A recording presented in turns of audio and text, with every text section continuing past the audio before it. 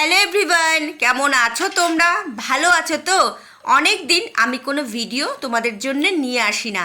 তো আজকে আমি দারুণ একটি রেসিপি নিয়ে এসেছি, নিরামিষ দিনে চেটেপুটে খাওয়ার মতো। আজকে আমি তোমাদের রান্না করে দেখাবো পটলের দোরমা, একদম নিরামিষ। তো দেখো, এর জন্য আমি পটল নিয়েছি। পটলগুলো তোমরা একটু বড় সাইজের নেবে, আর একটু কচি হলে ভালো হয় পটলগুলো, যাতে বীজগুলো শক্ত না হয়ে যায়। তো পটলগুলো তোমরা প্রথমে ভালো করে ধুয়ে পরিষ্কার করে কিছুক্ষণ জলে ভিজিয়ে রাখবে।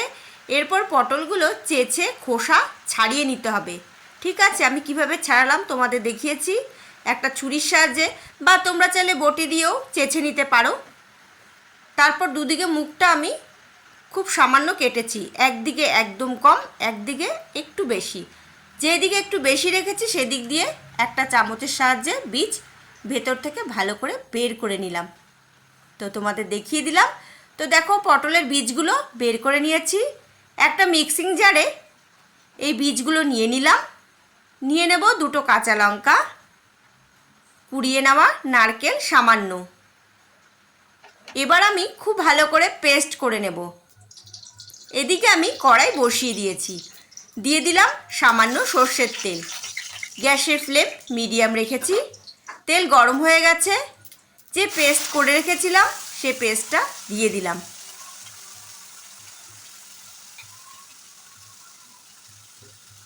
কন্টিনিউ নাড়তে হবে। এবার আমি এর মধ্যে কিছু গুঁড়ো মশলা অ্যাড করব। এখন আমি গ্যাসের ফ্লেম মিডিয়াম টু লো রেখেছি। যখন এর মধ্যে থেকে জলভাব শুকিয়ে আসবে তখন এর মধ্যে গুঁড়ো মশলা দিয়ে দেবে।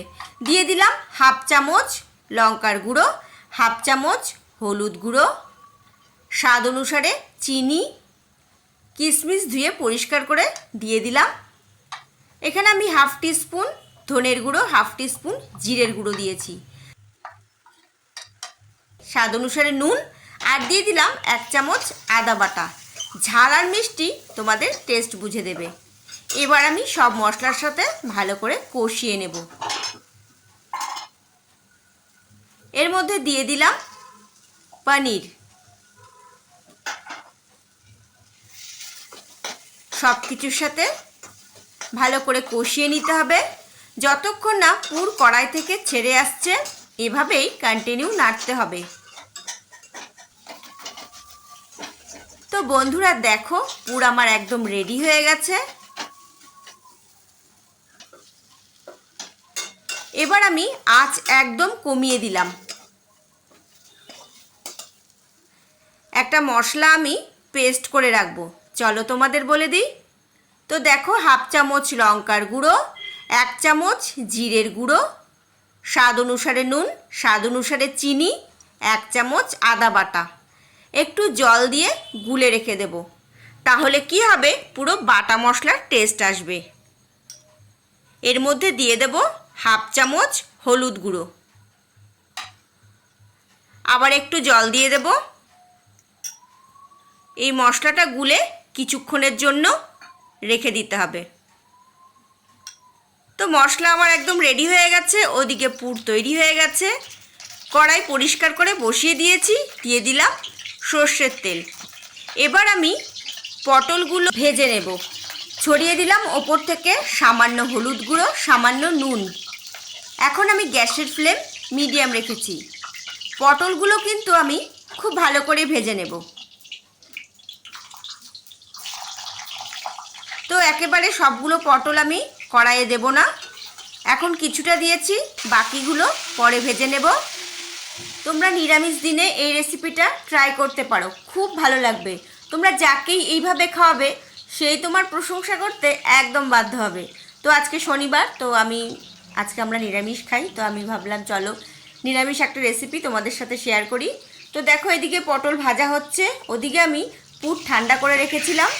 আমি কি করেছি, ভাগ করে নিয়েছি, তাহলে কি হবে, যখন আমি পুরটা ভরবো আমার সুবিধে হবে। তো সেম প্রসেসে বাকি পটলগুলো ভেজে নিলাম।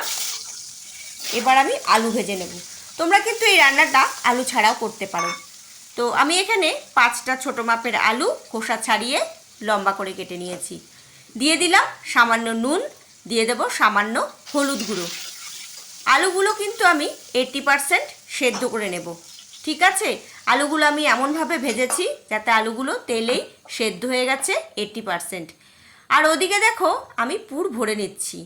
পটল আর যে পুর বানিয়ে রেখেছিলাম দুটোই ঠান্ডা করে নিয়েছি। পুর ভরে নেব। আমি পুর ভরে কিন্তু ওপর থেকে ঢাকা দেব না। তোমরা যদি চাও কি করবে, পুর বানানোর সময় দুদিকে মুখ কেটেছিলে তো একদিকে একটু বেশি, সেটা কি করবে রেখে দেবে, সেগুলো হালকা ভেজে নেবে, ঠিক যেভাবে আমি পটলগুলো ভেজেছি। ঠিক আছে, তারপর ওপর থেকে ঢাকা দিয়ে একটা টুথপিকের সাহায্যে আটকে নিতে পারো, সেভাবেও তোমরা করতে পারো। আঁচটা কমিয়ে রেখেছি, এই তেলে আমি রান্না করে নেব। তো আলুগুলো ভেজে তুলে নেওয়ার পর দিয়ে দিলাম ফোড়ন।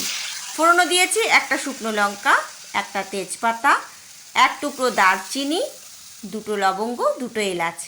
যখন ফোড়ন থেকে সুগন্ধ বেরিয়ে আসবে তখন যে মশলার পেস্ট করে রেখেছিলাম সেটা দিয়ে দিতে হবে। তো দেখো মশলার পেস্ট দিয়ে দিয়েছি, আঁচটা কমিয়ে রেখেছি, ভালো করে কষিয়ে নিলাম। দিয়ে দিলাম কাজু বাদাম বাটা। তোমরা যদি চাও এর মধ্যে চারমগজ বাটাও কিন্তু দিতে পারো। কষিয়ে নেব।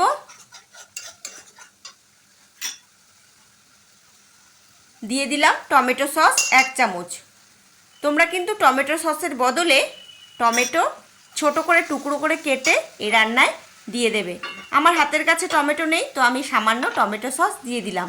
তোমরা কিন্তু এই রান্নায় টক দই খুব ভালো করে ফেটিয়ে দিতে পারো, খুব ভালো লাগবে। তো ভেজে রাখা আলুগুলো দিয়ে দিলাম। তো দেখো মশলা থেকে তেল ছেড়ে দিয়েছে। দিয়ে দিলাম গরম জল। আজ বাড়িয়ে ভালো করে ফুটিয়ে নিতে হবে। চলো চেক করে নিই আলু ঠিকঠাক সেদ্ধ হয়েছে কি না। তো আলু কিন্তু একদম সেদ্ধ হয়ে গেছে, ভালো করে ফুটিয়ে নিয়েছি। পুর ভরে নেওয়া পটলগুলো দিয়ে দেব। তো কিছুক্ষণ ফুটিয়ে নেব। কিছুক্ষণ ফুটিয়ে নেওয়ার পর আঁচটা একদম কমিয়ে দেব। তোমরা যদি চাও আঁচ কমিয়ে কিছুক্ষণের জন্য ঢাকা দিয়ে রাখতে পারো। তো আমি এখন আর ঢাকা দেব না। তোমরা যদি চেক করে নিতে চাও নুন চিনি লাগবে কি না এই সময় চেক করে নিতে পারো। দিয়ে দিলাম 1 চামচ ঘি, দিয়ে দিলাম 1 টিস্পুন গরম মশলা গুঁড়ো। মিশিয়ে নেব। রান্নাটা কতটা সুস্বাদু হয়েছে এটা আশা করি তোমরা দেখেই বুঝতে পারছো। তাহলে বন্ধুরা কি ভাবছো তোমরা? দেরি না করে আজকে ট্রাই করো, আর আমাকে জানাতে একদম ভুলবে না কেমন লাগলো। রেসিপিটি ভালো লাগলে লাইক শেয়ার সাবস্ক্রাইব করতে একদম ভুলবে না। ভালো থেকো, সুস্থ থেকো। খুব তাড়াতাড়ি তোমাদের সাথে আবার দেখা হচ্ছে নতুন কোনো এক ভিডিওতে। ততক্ষণের জন্যে বাই।